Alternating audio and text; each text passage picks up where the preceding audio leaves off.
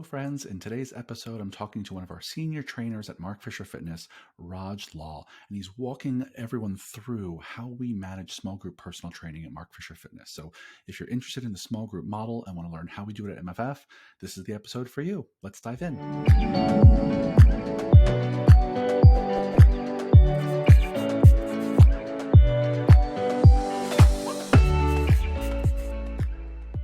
Hello, fitness business nerds. What's up? Welcome to another episode of the Business for Unicorns podcast.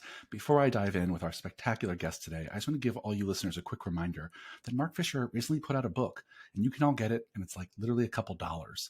And it's all of his best secrets about running a gym, especially a crazy, wacky gym in New York. And so go to businessforunicorns.com/book. Just go grab your copy. And without further ado, I want to introduce today's guest, who is a mega stud, trainer at Mark Fisher Fitness for the last 6 years, officially known as Meat Daddy at MFF. It's Raj Law. Welcome to the podcast, Raj Law. Hi, Keeler. Thank you so much for having me. Oh my gosh, what a delight. I'm so excited to have you on the podcast. I mean, not only are we friends, and you've been at MFF now 6 years, which I just realized your anniversary, you said, is coming up in a week, which is incredible. But you know, you have come to really be one of like the main energies at MFF for the last 6 years. You're a trainer trainers look up to. You're someone who, you know, I've enjoyed working with every second we get to spend together, which is not much these days. I know, And you so have sad. it's so sad, but you have so much wisdom to share. So I'm just so excited to have you on the podcast and introduce you to this Be For You audience. So thanks for being here. Thanks so much for having me. I can't believe this is our first podcast.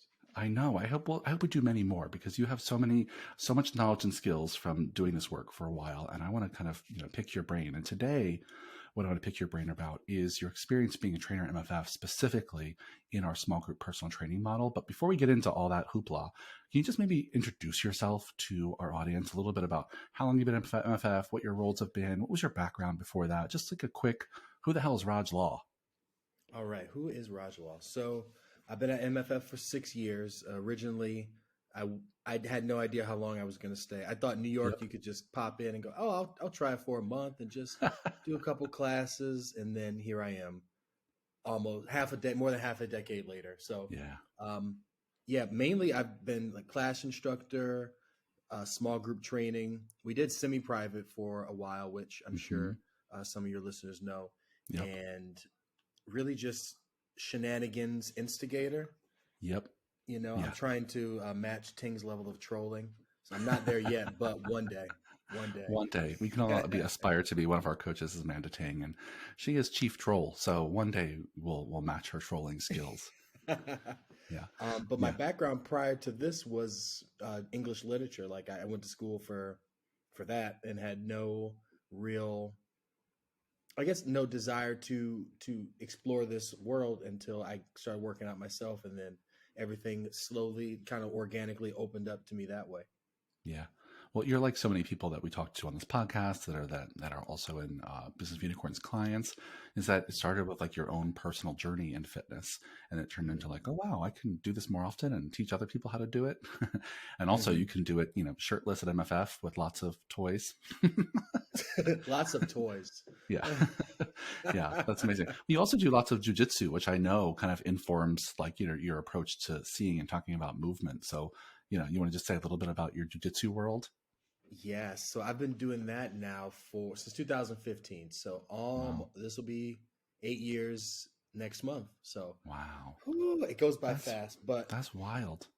It's just lots of hugging people in different angles. So it does really impact how I see the body, especially when it comes to lifting weights. Like you can just see when people are out of position or in a really good position that supports them.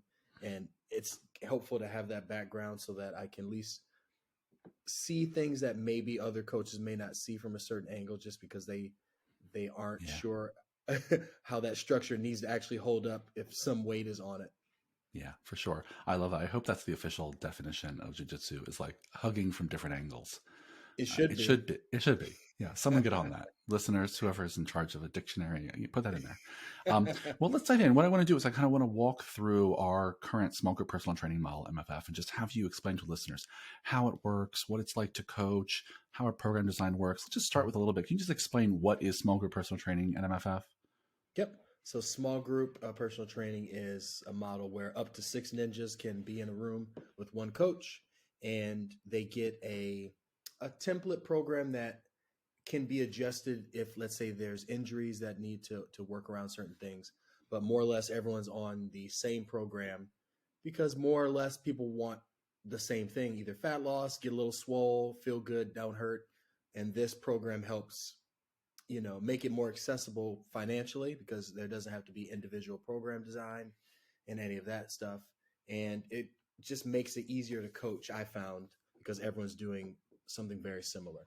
Yeah. And we moved to that, kind of right after the pandemic and a half. So before we were doing custom programs and it was 3-on-1 custom programs. So you just talk about how is that transition for you as a coach to moving from less people in the room, but more specific programs to a lot more people in the room, twice as many people in the room on this templated programs that really get customized on the fly. What was that transition like for you as a coach? Thankfully, it wasn't too bad because I had some experience with group coaching, Yeah. small group like training when Yeah. I did my internship at Cressy Performance back Right. back in like 2009. So the transition for me was pretty easy, but I can see how it could be different for coaches that don't have that experience because it's a lot more energy in the room compared Yeah. to 3-on-1 versus 6-on-1. You have to be able to read the room and know kind of what people generally are up to from day to day, injury wise, or just check in with them. And that's a lot to keep in the brain while also delivering some solid coaching too. Yeah, for sure. Well, a lot of gym owners that I talk to who want to move to more of this model, who want to move to more templated programs, get out of like the grind of designing a million custom programs. And one of the things that they often push back when we talk about this is like, we can never do that. All of our clients absolutely need custom programs. Like people will freak out. And we had that conversation at MFF too, thinking that people would lose their damn minds if they lost their like snowflake program, right? Yep. But that really wasn't the case for the most part. So can you talk a little bit about why did this templated program thing work? Like, as a trainer. Yep. So we have an app called teambuilder, and the program design manager, Harold Kaufman Gibbons, he's in charge of all the small group personal training. So that's what's been most helpful, I think, to have a unified The essential person. Yeah. voice. Yeah, Hmm. right. The whole thing. So he puts that together based on 4-week cycles, and each workout is paired up. So Monday and Tuesday are day one, Tuesday and Wednesday are day two, and then Thursday and one of those. Monday, Tuesday Monday, is Tuesday, Wednesday, Thursday, yes. Friday, Friday, gotcha. Saturday. Yes, Yep. there we go. Day Weeks are hard. three. Weeks are hard. Yep. Yeah. So at least that gives a ninja 3 opportunities to do a different workout. And if they Yep. can't do it on one day, they can still come in on another and do that similar workout. But it Yeah. also, I found, helps if someone is just very consistent to a certain day. Like, hey, you'll get this, you'll get really good at this day, and then next cycle in the next 4 weeks, we'll switch the days up. So you'll get to do another day and get really good at that. And also, like you were mentioning earlier, I didn't get a lot of pushback. It felt like Hmm. maybe 1 or 2 people had issues with it, but I think they were just maybe scared of change. Like it would be Yeah. something so different that it wouldn't get them their goals. But I think most people that tried it, they fell in love with it too because it's Yeah. more affordable for them.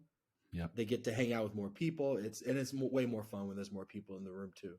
So that Yeah, helps for a lot. sure. Yeah. Can you maybe just give a few examples for our listeners of, if people are working off a templated program, what are some examples of how it gets updated on the fly? Like, what are some Mm. examples of why you would change someone's template in the moment? Yep. So let's say, for instance, we're doing like some kind of like goblet squat or a safety bar squat, and someone had a rough night out the night before, slipped, fell, hit their knee. They want to keep working out, but their hip and their knees all messed up. Yep. In that case, we could still do a lower body exercise, maybe a hinge or something less knee focused, Yep. knee dominant, and still get them a good workout. So that it's an adjustment that's easily made within the app. You just press a button and go, oh, why are we changing this injury, and then get a new exercise for the day, and they can keep working out. They don't, at Yeah. least they don't have to feel like they have to sit the whole day out because they fell, even if they can use the rest of their body. Sure. Yeah. Great example. And I think people underestimate, like, when you use like an app like teambuilder, and this is not a teambuilder commercial by any means, but there's lots of apps that do similar things, right? If you Yep. use an app like that, it's very easy to adjust a program on the fly. So we can Hmm. still market that we will customize your program. You're just not getting your own little super snowflake program, because it's not, Yep. we find that what most people need. So whether you come in with low injury or low energy, or energy, low energy, either one, right? An injury or low energy for the day, or you just need a progression or regression for whatever reason, you want to crush it extra hard, or you just don't like Hmm. that fucking exercise, like, it's easy to change. So, I think Yep. that and it saves us so much time and capacity by not having to create a special separate program for every single ninja. Yeah. 100%. And it also helps with like missed expectations because Hmm. a program maybe is bound to slip through the cracks depending Yeah. on what communication is going on. So Yeah. this way everyone gets their program because everyone has the same program. It's so good. Yeah, I mean, I remember we used to have like all kinds of stress. We used to track how many missed programs we had to try and keep it under one or two a week. The people I talk to all the time still have like ongoing program design stress about the number of hours they have to sit down and crank out programs. It's like, Yeah. why? That's not what a general population mostly needs. I get if you're working with like, some advanced athletes, people have very specific, skills they want to develop. But for us working on Gen Pop, it feels like that's really not necessary. Yeah. Yeah, 100%. Yeah. If it may So feel like it because that's the yeah, model, but it's sure. definitely there's alternatives. Yeah, for sure.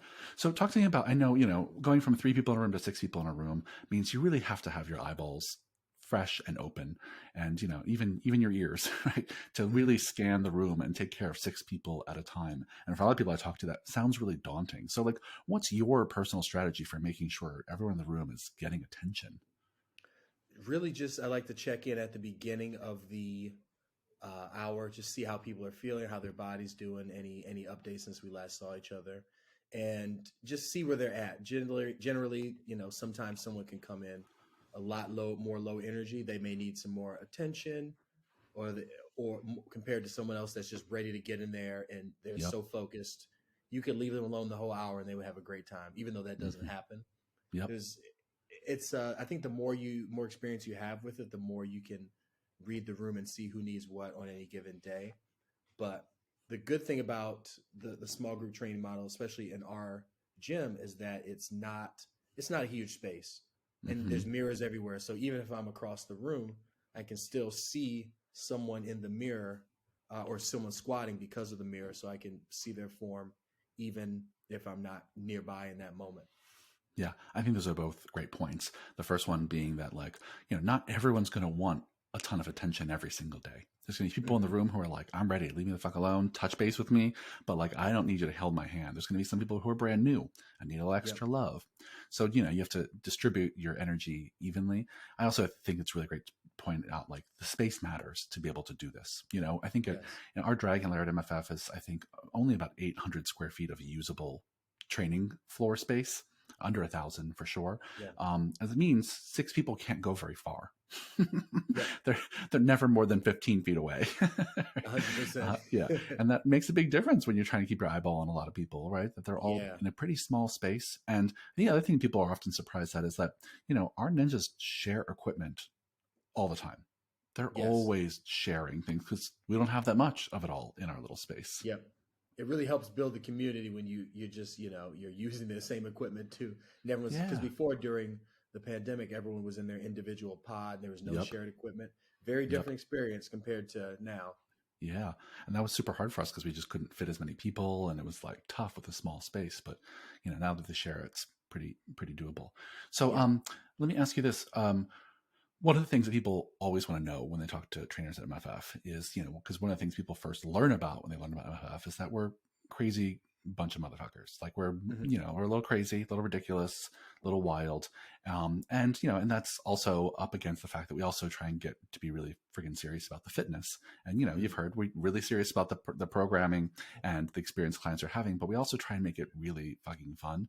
So can you Yep. talk a little bit about just how you balance trying to be like ridiculous and fun, but also like get it done? Cause I know you're one of the wackiest bastards I know.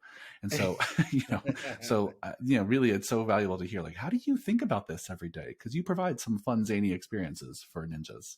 It's a lot of just yes and see Yeah. what happens. Like you get the right combination of people in a room, and you can't plan any of the things that happen.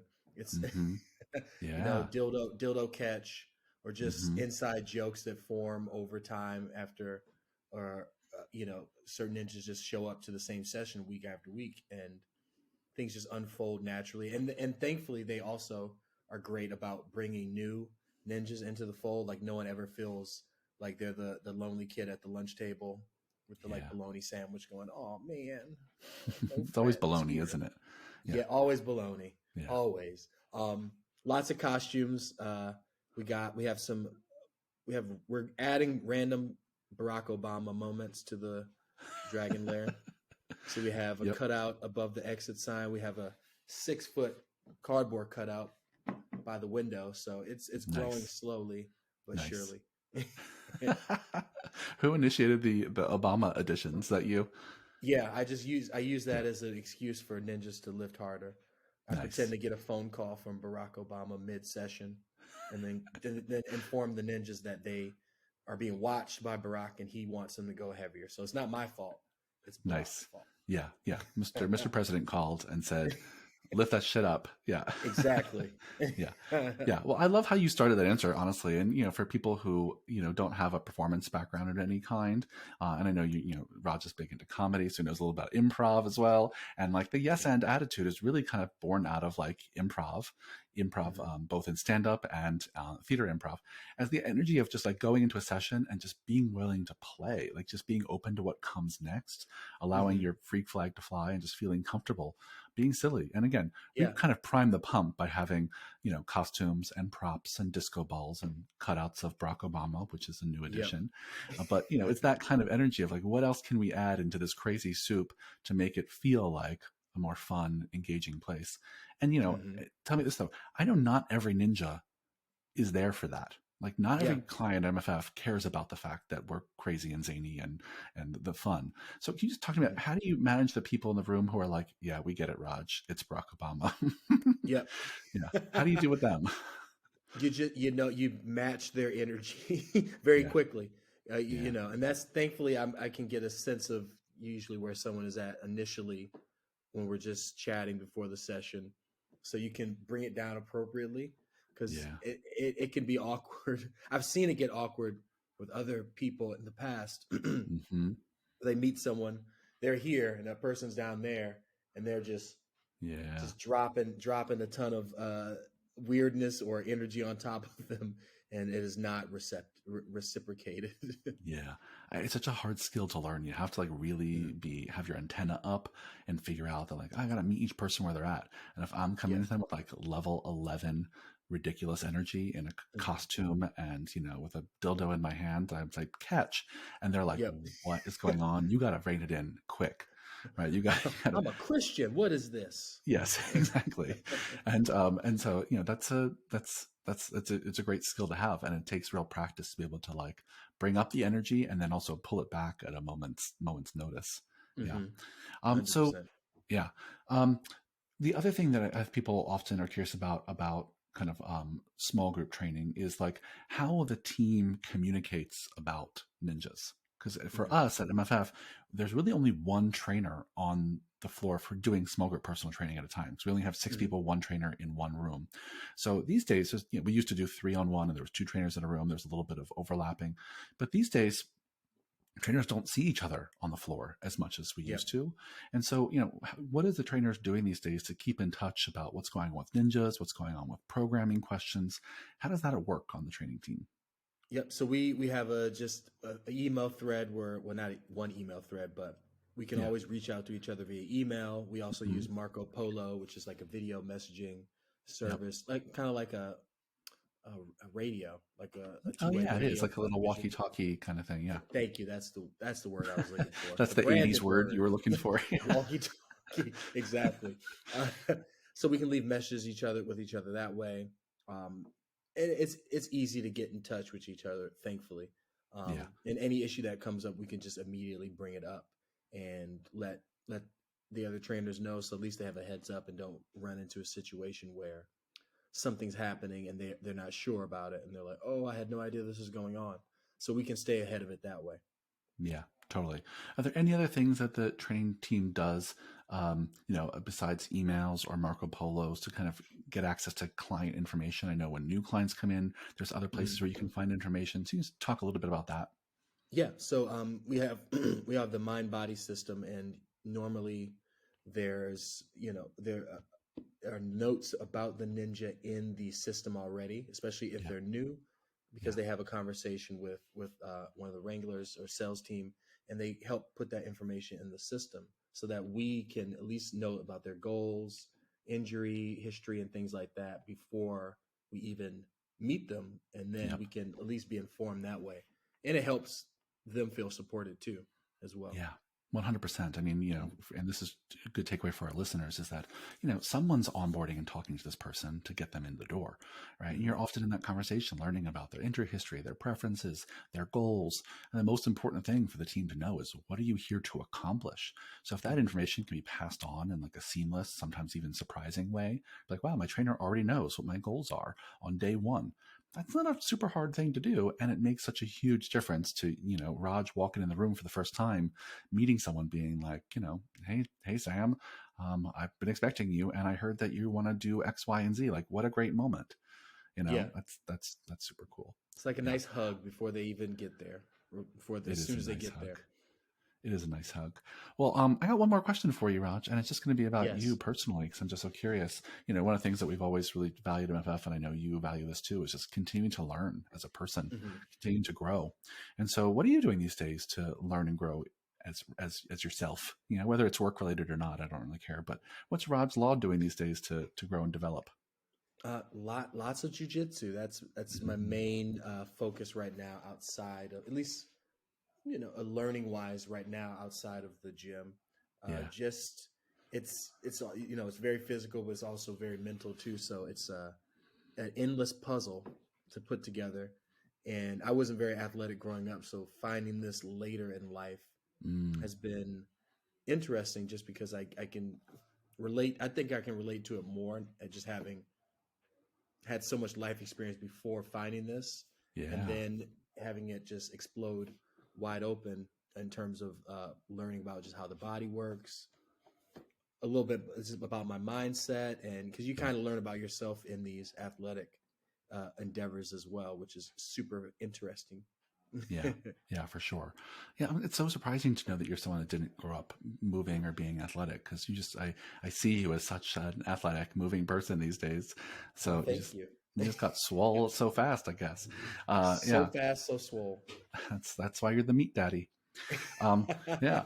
So, well, thank you for doing this, Raj. I think I'm gonna pull this up there because I could keep talking to you all day, but I think this was such a valuable conversation just to kind of pull back the curtain and share with our listeners what small group personal training looks like at MFF. So, thank you for doing it. I think there are a lot of great takeaways.